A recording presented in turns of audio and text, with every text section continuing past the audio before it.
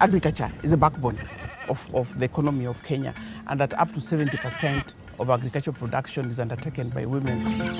Wakati mradi ulikuja na kunisomesha, kwanza nikajua keep record. Kuku ikitega mayai najua imetega mayai ngapi, nimeuza ngapi.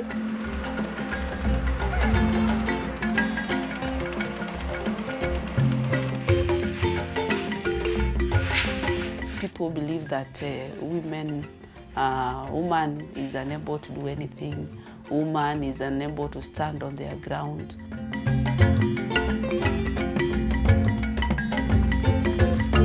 They have been trained in terms of selecting those crops with the high nutritional value.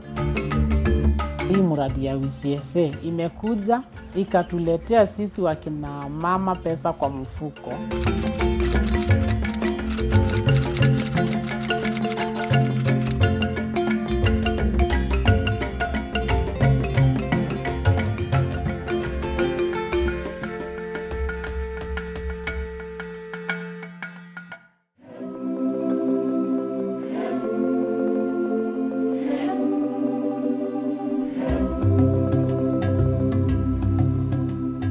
In the sun-soaked fields of Kitui County, a transformation is underway. Meet the silent heroes, the women of Kitui, who are writing the narrative of agriculture, resilience, and empowerment. Kitui, one of Kenya's 23 arid and semi-arid lands, receive an average annual rainfall of 250 millimeters. As a result, food production is below average, making livestock the primary source of livelihood. Women are more affected by climate variability when it comes to issues of climate change. They are more affected as you compare with men. The climate was changing, and therefore it was important for the women to be able to understand how to grow crops. But on the other hand, we needed the women to have capacity to be involved in production effectively, because women are lacking in terms of resources. Despite Kenyan women constituting 75% of agricultural labor workforce, limited access to resources and inputs, social and cultural barriers, policy and institutional constraints, and the impact of climate change all contribute to their economic struggle. The prolonged drought from 2021 to 2023 has severely damaged local livelihoods and assets, according to the National Disaster Management Authority, pushing millions into poverty as farm production declines day by day. Wakati nilikuwa sijasoma, hata nilikuwa nakulia chakula kwa shamba, sababu sikuwa najua spacing, sikuwa najua kama mtu anaweza panda mahindi peke yake apate na ndengu peke yake apate.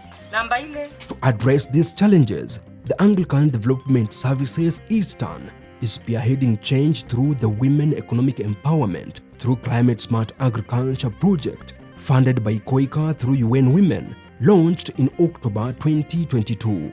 This initiative targets 40 groups in Athi, Mutomo, and Kawi wards in Kitui County.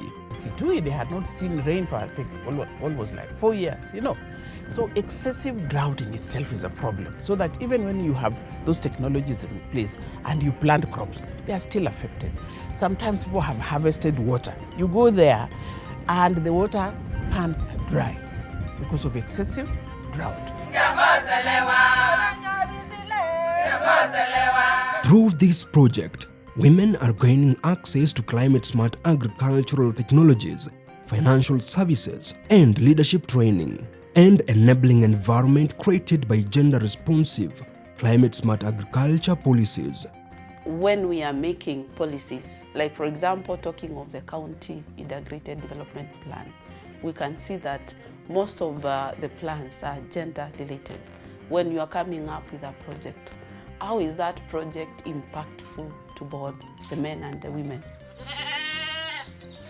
Dorcas Msi emerges as a symbol of transformation, a beneficiary of the Women Economic Empowerment through Climate Smart Agriculture Project. She radiates resilience within her community through the Village Saving and Loaning Association, Dorcas has invested in livestock and poultry and has been able to educate her children with ease. Nimeinuliwa na mradi wa WCSA. Wakatufunza jinsi ya kulima, kilimo biashara, mwezi wa 3, mwezi wa 4 na huu mwezi nimeuza kuku 80. Nikapata 38,000 nikalipia mtoto shule. Naenda kwa kikundi nakopa pesa. Mwezi ukiisha huwa nimepata faida ya ile pesa nilikuwa nimekopa, alafu narudisha kwa kikundi. The Mwanzo Mpya group, comprising 18 women, has saved a total of 431,000 in their village saving and loaning association. They utilize VSLA loans to buy fertilized eggs for incubation and certified seeds. Through value addition strategies, they aim for higher returns. Additionally, they engage in public participation, advocating for women's rights. These efforts are driving economic independence among women in Kitui Ward, Kitui County. Pia wakatuelimisha jinsi ya uongozi na vile nikiweza kudhulumiwa naweza report. Tangu waanze kuungana, domestic violence zimeisha katika mboma. In the quiet village of Mtonya in Athi Ward, Kitui South, Rael Kaveke stands as a testament to the power of community support. As a member of the KOICA Ninesi self-help group, she has utilized the Village Saving and Loaning Association to transform her modest beef farming operation into a multi-million-dollar business. Nimesimama hapa nikiomba mnisaidie na loan. Nataka kwenda kufanyia kazi ya kununua mizinga. Loan yako imekubaliga na members hii ya 10,000. Sasa WCSA vile tuliingia kwa WCSA, nikaona WCSA sasa imeanza kuinua akina mama. Nilikuwa tuna mizinga I think ilikuwa 10. Na azali ile tulikuwa tunatoa hapo ndio tulikuwa tunapeleka kwa soko. Na soko ilikuwa mbaya. Kilo moja tulikuwa tunauza 50. Na ukilinganisha na wakati wa leo, saa hii asali iko na pesa. With the backing of the financial support from the Village Saving and Loaning Association, Rael has expanded her beef farming operations, now producing 10 tons of honey per year. Kwa wakati huu sasa tuko na 680 mizinga ile iko. Mafuno ya asali naona imenisaidia sana. Juu nikipata hiyo asali nikienda nikiuza, na nilikuwa napeleka kwa shule, saa zingine naenda nanunua mbuzi, saa zingine nanunua chakula. Her success story is an inspiration to many, showcasing the potential of collective effort and financial empowerment. In the heart of Malele Village, Mutomo Ward, Caroline Ngaya is a beacon of rural resilience and success in livestock rearing. Her journey began with the vision and the right training from Food Agricultural Organization officers in livestock breeding and management. Nilikuwa nafunga kuku, mbuzi tu nauza 2,000. Mbuzi haikuwa inapewa ndawa, sikuwa napea ndawa. Sikuwa nachangua yenye iko kala mzuri, nikipeleka sokoni bloka wananiambia hii si nzuri, iko hivi na hivi.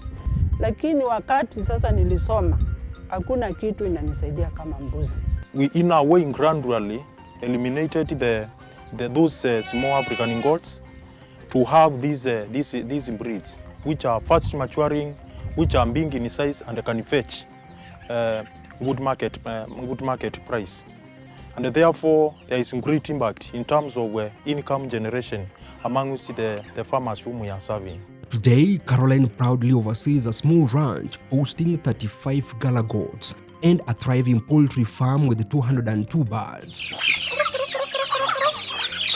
Her dedication and knowledge have transformed her farm into a sustainable and profitable venture. Juzi niliuza ndume 2. Nikapewa 42. 42 nikalipia mtoto wangu ako university. 42,000. 21. In the nearby village of Kawelu, Avia Munyao, a farmer, is taking farming to new heights, embracing cutting-edge Zypit technology. Avia's farm produces high-quality crops efficiently ensuring a bountiful harvest every season.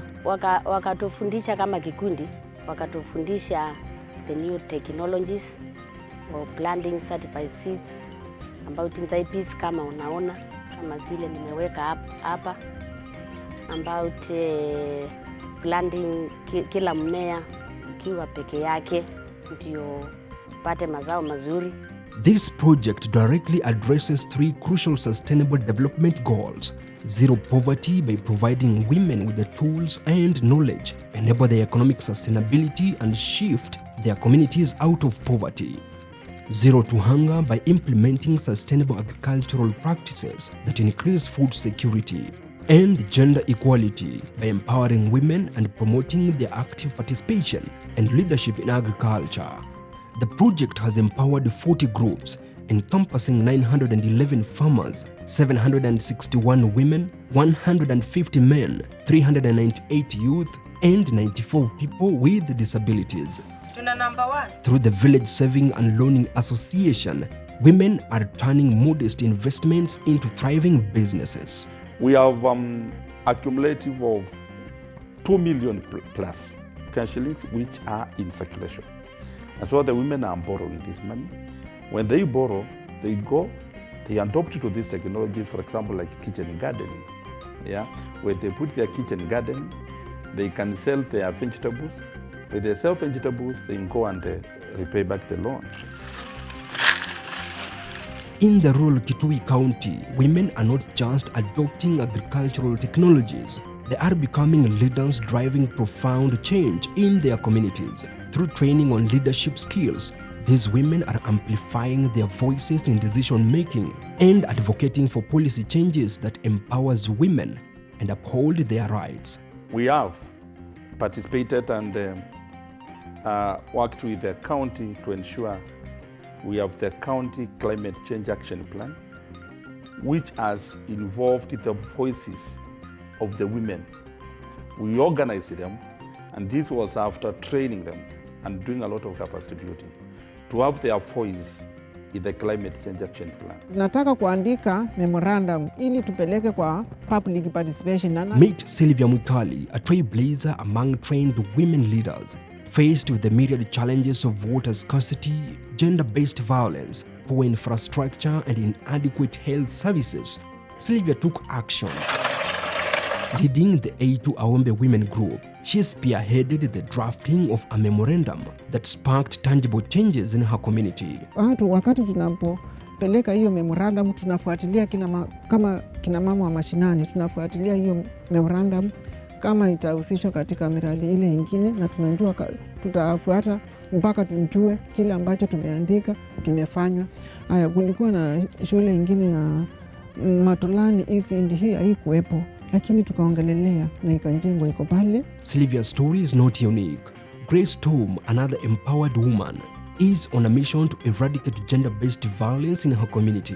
ADSE ilipokuja ilitusomesha, nikapata hiyo courage, nikajua rights zangu. Hakuna mama anasita kuongea juu wameona mwelekeo na wameona kupitia kwangu. Na nikawaambia sasa ukikaa kama umelegea ndio utafinyilika sana. Afadhali ushout. Ile frustration itakutoka. To achieve these commendable results, the project utilized several key methodologies: village saving and loaning associations, climate-smart agricultural technologies, training on agricultural-based practices and financial literacy, leadership skills, policy advocacy, technical support to farmers through trained extension county officers, and market linkages and value chain development.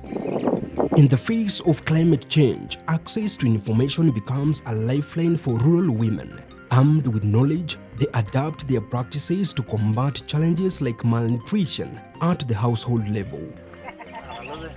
The WCSA project introduced kitchen gardens and provided training on value addition, dietary practices, and food preservation. Jane Ngina from Yongo village is one of the many beneficiaries whose life has been positively impacted. This initiative not only empowers women but also enhances their resilience in the face of environmental fluctuations. Siambie mzee ati nipe pesa ya kwenda kununua mboga. Na ingia hiyo pesa ya mboga saizi kwanza afadhali tupeleke shule. Namwambia ngo hata tupeleke shule watoto wasifanye nini? Wasikuje wasiguse shule. Juu hiyo pesa ilikuwa tunatumia sana ya kwenda kununua mboga, ya kwenda kununua kitunguu.